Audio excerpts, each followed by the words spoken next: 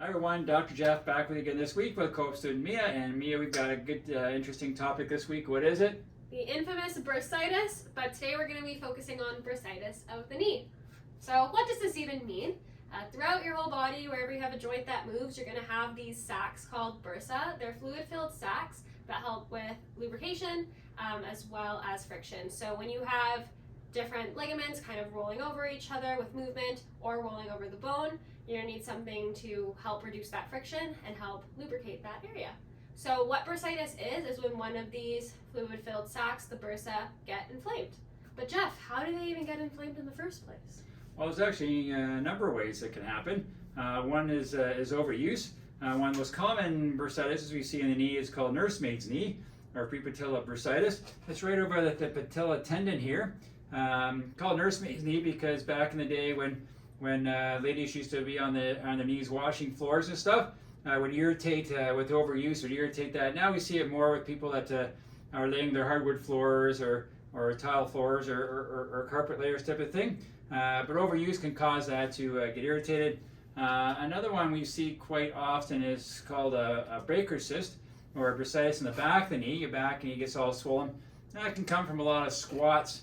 Again, a lot of overuse type of injuries. Another one we might see is on the inside of the knee here. That can come from trauma, from getting hit, from twisting on your knee, from falling on your knee. Anything like that can cause trauma. So overuse activity and trauma are kind of the top ones. Other ways you can get it is one is with infection. It could be a viral infection, you've had a cold, or other type of viral infection, and for some reason the virus decides to attack your bursa sac, and the bursa sac is very inflamed. The other one is a bacterial infection. What can happen with that is that you scrape your knee somehow, and some infection kind of gets in under the skin, goes to the bursa sac, and the bursa sac gets very inflamed and very sore. Great. So the symptoms that you can have with bursitis, and specifically knee bursitis, is going to be redness within the area, swollen, tender to touch, and then also you might have reduced range of motion or painful range of motion. So trying to do flexion might be really painful. So what do we do for it here? Well, last week I was actually golfing on Friday and I felt fine. And then I got in the car to drive home, and when I got home, my knee was sore. And I kind of went to palpate it, and it was really sore, kind of right by the patella tendon here. And it was swollen and sore, a little bit warm.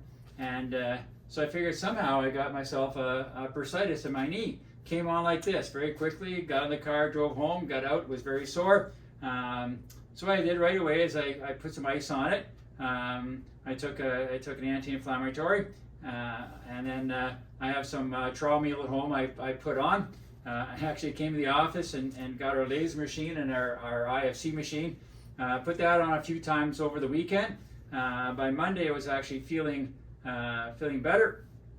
I had a massage with Amy, and by the time the massage was done, my knee was perfect. I went and played my pickleball and my badminton. It was really good. So that's one thing we do here is we'll do some IFC and some laser. Here to help it. We also do a little bit of ultrasound because ultrasound's been found to be really helpful with us as well. What you can do at home is what I did. Put some ice on it, some trawl meal, some anti-inflammatory cream, whatever it is. Resting is also important, and again the ice.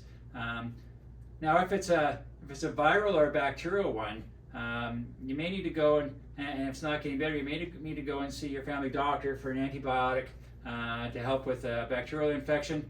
With it.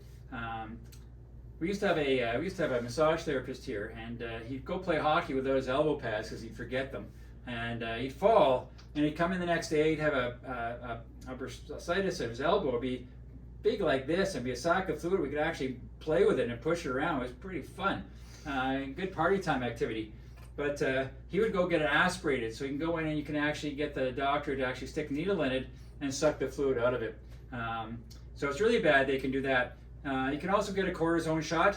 Cortisone has been found now to be very destructive to joints, so we don't really recommend getting cortisone anymore, but with a chronic bursitis it's not getting better, you may want to get a cortisone shot in it because it's a very powerful anti-inflammatory. If it's something that's chronic and keeps coming back, is not going away, on a rare occasions they'll go in and they'll do surgery to remove the irritated bursa sac. but that's not very highly recommended. Generally with bursitis, it comes on very quickly, it goes away very quickly. So as with mine, I got it on Friday, I did the right stuff. By Monday, I was feeling pretty well back to normal. But bursitis can last quite a while. It can last a few days, even a few hours, to a few days, to a few weeks. If you do the right treatment on it, we can get it better that much faster. Perfect. That's what we've got for you guys this week. Like always, comment down below if there's anything you ever want to talk about. Give this video a like, share it with your friends. And like always, here at Gold Through the Wellness, we got your back.